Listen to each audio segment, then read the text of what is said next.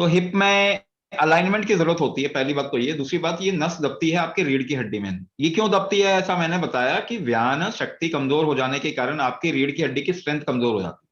और लोड कहां पड़ता है, नीचे के हिस्से में, डिपेंडिंग अपॉन आपकी प्रकृति क्या है।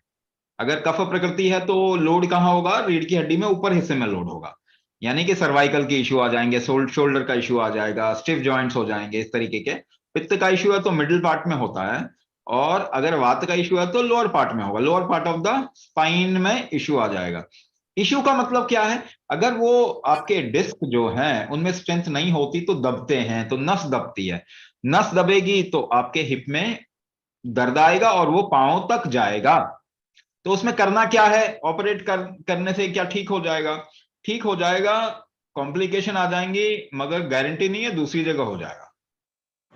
ठीक है ना, क्योंकि आपने जो हिप, जो रीढ़ की हड्डी की जो जैसे कहते हैं व्यान शक्ति, यानी उसका स्ट्रक्चरल स्ट्रेंथ तो बनाया नहीं, वो तो कम हो गया।